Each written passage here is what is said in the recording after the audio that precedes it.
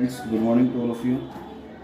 बेटा हमारा जो 7th चैप्टर चल रहा है अकाउंटेंसी में, तो वो लगभग आपको कुछ क्वेश्चन समझ में आ गए होंगे बेटा। अभी जो हम एक क्वेश्चन लेके चल रहे हैं, बहुत ही अच्छा क्वेश्चन है बेटा।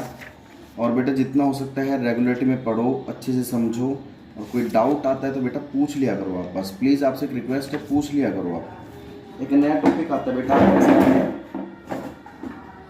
टॉपिक का जो नाम है बेटा वो है forfeited of share issued at premium. Topic का नाम क्या है बेटा? Forfeited of shares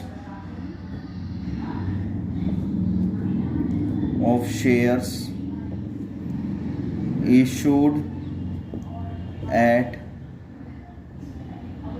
premium.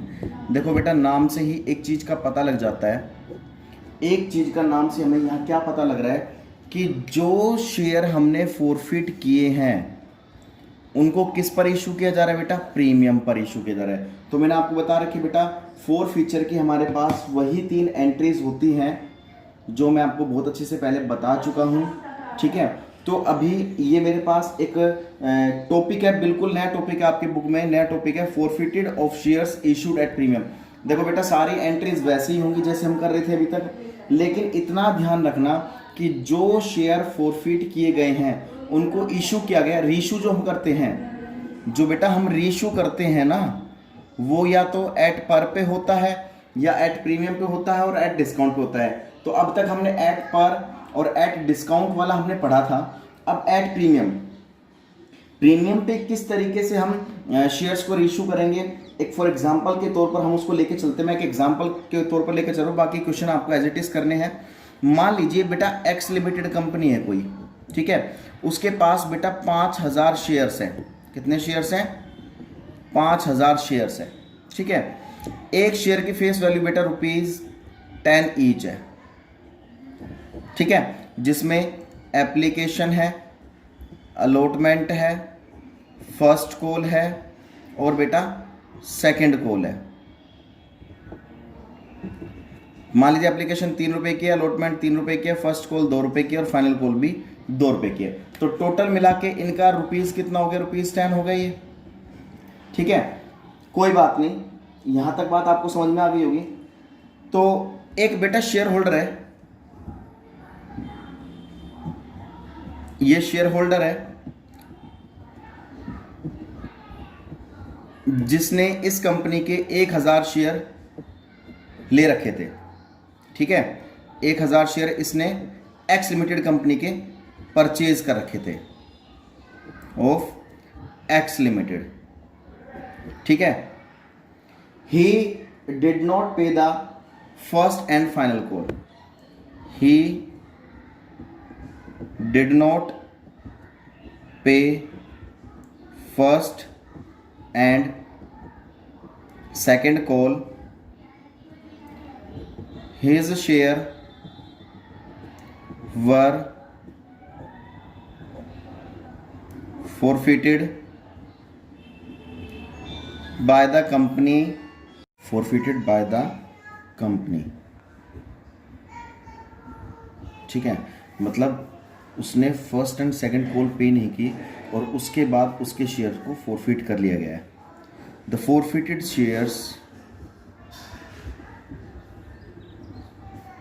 shares were reissued.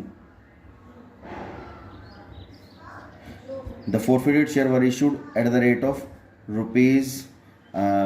₹15 per share.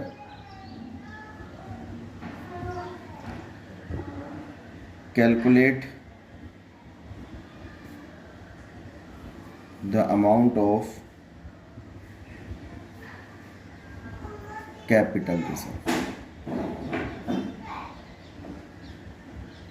तो बेटा सबसे बड़ी इंपॉर्टेंट बात यहाँ देखने वाली ये है कि हमारे एक शेयर की जो फेस वैल्यू थी वो थी 10 रुपये। ठीक है, लेकिन हम उसको रीशू कितने में कर रहे हैं बेटा? 15 रुपये में। तो यानी कि जायज़ सी बात होगी, 5 रुपये में हो गया हमारा। तो चलिए अब इसकी एंट्री देखते हैं, वो एंट्री में क्या इसका इफेक्ट होगा और कैसे इफेक्ट होगा। सबसे पहली एंट्री किसकी होती है बेटा? फॉरफीचर ऑफ शेयर्स की। Forfeiture of share. ठीक है, फोरफीचर ऑफ शेयर की एंट्री बेटा क्या होती है आपको अच्छे से पता है। क्या है सबसे पहले entry, share capital account debit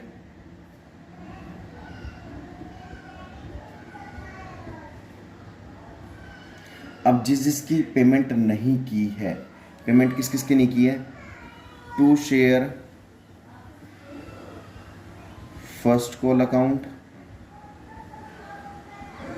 to share second call account. अब वो पे कर क्या कर चुका बेटा, to share second call account. अब जो पे कर चुका है यानी कि उसने फर्स्ट एंड सेकंड कॉल पे नहीं की बेटा, यानी कि जैसी बात उसने एप्लीकेशन अलॉटमेंट पे कर रखी है वो फोरफीट कर लेंगे, टू शेयर फोरफीचर अकाउंट। ठीक है, अब इसमें एंट्री में कैसे क्या इफेक्ट होगा, उसके शेयर कितने फोरफीट किए गए बेटा, उसके शेयर फोरफीट किए गए 1000, क्योंकि 1000 शेयर वो कह रहा था ना, 1000 शेयर के हिसाब से इसने फर्स्ट एंड फाइनल कॉल पे नहीं किया, उसके शेयर फोरफीट कर लिए गए। तो 1000 शेयर है बेटा, देखो 1000 शेयर है, कितने रुपए के हिसाब से, एक शेयर की फेस वैल्यू 10 रुपये है, 1000 शेयर, एक शेयर की फेस वैल्यू 10 रुपये है, तो यहाँ पर कितने हो गए बेटा, 10,000 हो गए। उसने क्या क्या पे नहीं किया फर्स्ट कॉल कितने रुपए के हिसाब से, 1000 शेयर है, फर्स्ट कॉल कितने रुपए की बेटा, 2 रुपये के हिसाब से उसने पे नहीं की, यानी कि कितने हो गया 2000। सेकंड कॉल भी 1000 शेयर है, 2 रुपये के हिसाब से उसने पेमेंट नहीं की, सेकंड कॉल की भी 2000 उसने पे नहीं किया, यानी कि उसने कितने रुपए पे कर दिए होंगे, उसने पे कितने रुपए कर रखे थे, 6 रुपये पे कर रखे थे, तो यानी कि 1000 इंटू 6000। ये बात समझ में आ गई। तो ये हमारी फोरफीचर ऑफ शेयर्स की एंट्री हो गई है, यहाँ पर बात समझ में आ गई।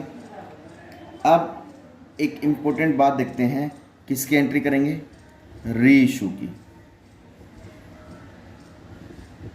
री इशू की। ठीक है, री इशू ऑफ शेयर्स। ठीक है, री इशू ऑफ शेयर्स की एंट्री कैसे हो जाएगी बेटा, bank account debit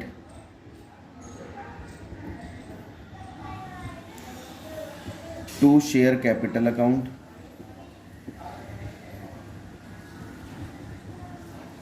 and to security premium.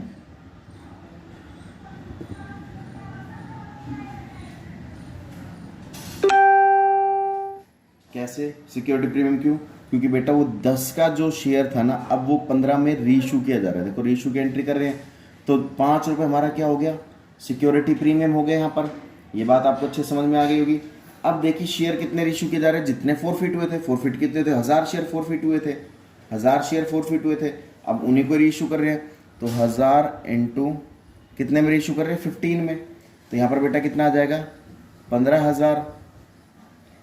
Actual में शेयर की फेस वैल्यू कितनी थी, 10 रुपये, तो यहाँ पर कितना आ जाएगा, 10,000। ठीक है, और प्रीमियम कितना है बेटा, 5 रुपये, तो यहाँ पर दिखा देना 5,000। ये बात समझ में आ गई होगी बेटा आपको अच्छे से, मैंने क्या बताया।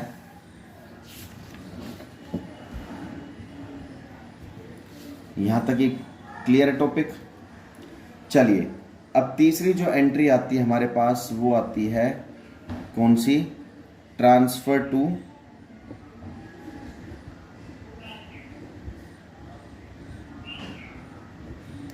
Capital reserve. जो शेयर फोरफीचर का अमाउंट होता है हम वो कहाँ ट्रांसफर कर देते हैं बेटा, कैपिटल रिजर्व में ट्रांसफर कर देते हैं। आपको अच्छे से पता भी होगा इस चीज़ के बारे में। तो अब जो एंट्री करेंगे वो क्या एंट्री करेंगे, शेयर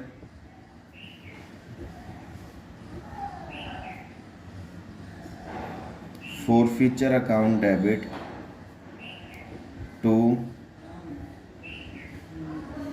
कैपिटल रिजर्व अकाउंट। अब देखिए इसमें कौन सा अमाउंट जाएगा, जो फोरफीचर वाला होता है। फोरफीचर का हमारा अमाउंट बेटा यहाँ पर देखेंगे हम कितना है, फोरफीचर का अमाउंट हमारे पास यहाँ पर 6,000 है, क्योंकि जो शेयर फोरफीचर का अमाउंट होता है वही बेटा कहाँ ट्रांसफर कर दिया जाता है, कैपिटल रिजर्व में। ठीक है, तो कैपिटल रिजर्व में अब कितना दिखा देंगे हम यहाँ पर, 6,000 रुपये।